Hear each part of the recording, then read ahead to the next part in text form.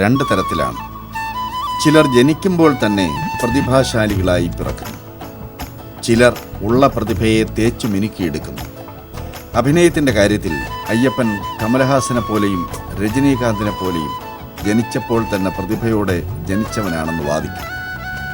ആ വാദത്തിൽ ഒട്ടും അതിശയോക്തിയുമില്ല.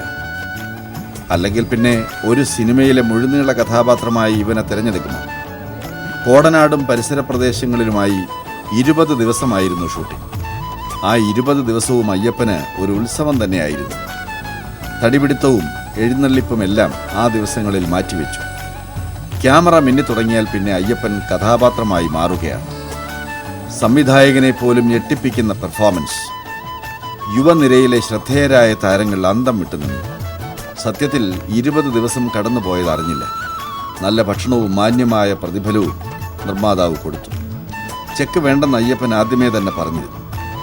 തനിക്കിണങ്ങുന്ന വേഷങ്ങൾക്ക് വേണ്ടി അയ്യപ്പൻ ഇനിയും കാത്തിരിക്കുകയാണ്. അമ്പലങ്ങളിലെ എഴുന്നള്ളത്തുകളോടൊപ്പം തന്നെ തടിപിടുത്തവും അയ്യപ്പനൊരു ഹോബിയാണ്. ശരീരം വെറുതെ ഇങ്ങനെ വെച്ചിരുന്നാൽ രോഗങ്ങൾ ബാധിക്കുമെന്ന് അയ്യപ്പനറിയാം. ഒന്നാമത് കേരളം ഇപ്പോൾ പ്രമേഹ രോഗികളുടെ നാടാണ്. പ്രായം അത്രയൊന്നും ആയിട്ടില്ലെങ്കിലും ശ്രദ്ധിക്കുന്നത് നല്ലതാണല്ലോ എന്നാണ് അയ്യപ്പൻ്റെ കാഴ്ചപ്പാട്.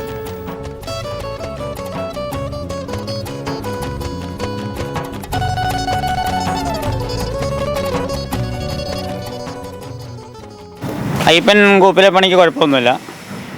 9 മണിക്ക് ചോറും കൊടുത്ത് പണിക്ക് പോകും. 11 മണിക്ക് പണി നിർത്തും. പിന്നെ 3 മണി മുതൽ 2 മണിക്കൂർ അവിടെ പണി കഴിഞ്ഞാൽ അയ്യപ്പനെ കൊണ്ട് കെട്ടും.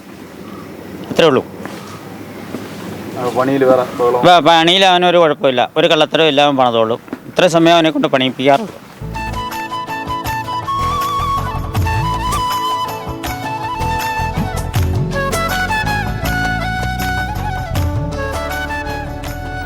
കേരളത്തിൻ്റെ അങ്ങോളം ഇങ്ങോളം നിരവധി ക്ഷേത്രങ്ങളിൽ അയ്യപ്പൻ പോയിട്ടുണ്ട്.